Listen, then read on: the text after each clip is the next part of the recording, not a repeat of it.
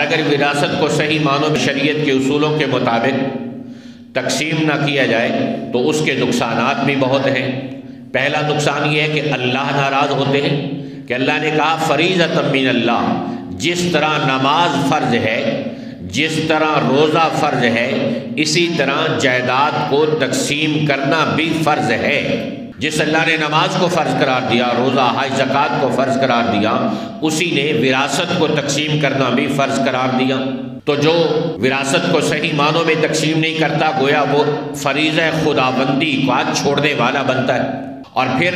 نماز بندہ ایک بار چھوڑتا ہے، ایک دن، 2 دن، 1 مہینہ، جتنا عرصہ چھوڑتا چلا جائے گا اتنا گناہ گار ہوتا چلا جائے گا، یہاں تک کہ اللہ کے طاغیوں اور باغیوں کی فہرست میں شمار ہوگا کہ یہ تو بالکل ہی نماز سے منہ موڑ کے چل رہا ہے۔ اسی طرح شریعت کا اصول یہ ہے کہ بندے کے مرتے ہی وراثت تقسیم ہونی چاہیے،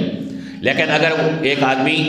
1 ہفتہ، 1 مہینہ، 1 سال جتنا لیٹ کرتا چلا جائے گا اتنا وراثت تقسیم نہ کرنے والے ورثاء اللہ کی ناراضگی کا نشانہ بنتے جائیں گے اور اس کے نافرمانوں اور باغیوں اور طاغیوں میں شمار ہوتے جائیں گے۔ اور وراثت تقسیم نہ کرنے والا دراصل خاندان میں لا تعداد جھگڑوں کی بنیاد رکھتا ہے۔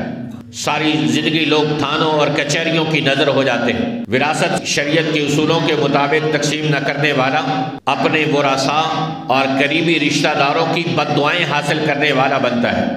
کہ ایک صاحب ساری وراثت پر قبضہ کر کے بیٹھ گئے اور باقی بیچارے ضرورت مند مستحق اپنی ضروریات کے حوالے سے پریشان ہیں، اور تو پھر وہ اس قبضہ والے آدمی تک ان کا بس نہیں چلتا تو ہاتھ اٹھا کر بد دعائیں تو وہ کر سکتے ہیں۔ تو یہ ہے شریعت کے مطابق اگر انسان وراثت کو تقسیم کرتا ہے تو اس کے فائدے بھی بہت ہیں، اور شریعت کے اصولوں کی پاسداری نہ کرتے ہوئے انسان اگر وراثت کو صحیح معنوں میں تقسیم نہیں کرتا تو پھر اس کے نقصانات بھی بہت ہیں، دنیا میں بھی اور آخرت میں بھی۔